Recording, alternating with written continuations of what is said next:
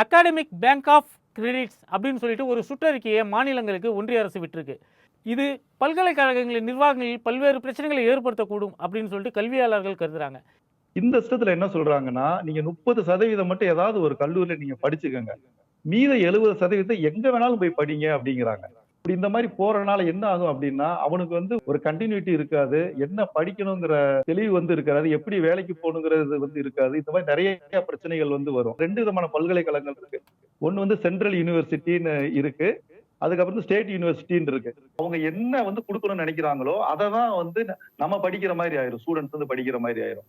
இப்ப பாத்தீங்கன்னா ஹிந்தி கட்டாயம் படிக்கணும், 8 சப்ஜெக்ட்டுமே 8 செமஸ்டருமே சொன்னா நம்ம படிச்சுதான் ஆகணும். ஏன்னா சர்டிபிகேட் அவங்க கொடுக்குற மாதிரி ஆயிரும். என்னதான் எவ்வளவு பெரிய காலேஜஸா இருந்தாலும், தனியார் கல்லூரிகளா இருந்தாலும் ஒவ்வொரு வருஷமும் ஏஐசிடி அப்ரூவல் வாங்கணும். இந்த வருஷம் நான் ஸ்டூடெண்ட்களை நான் சேர்க்கிறேன், இவ்வளவு பேர் சேர்க்கிறேன் அப்படின்னு அப்ரூவல் வாங்கணும். ஸோ ஒன்றிய அரசு எந்த ஒரு ஸ்டெப் எடுத்தாலும் அது இடஒதுக்கீடை வலுவிழக்க செய்யக்கூடிய ஸ்டெப்பாக தான் அவங்க எடுக்கிறாங்க அப்படிங்கிறது புரிய வருது. Ladies and gentlemen, தமிழ்ல பேசுங்க ஐயா, தமிழ்ல பேசுங்க.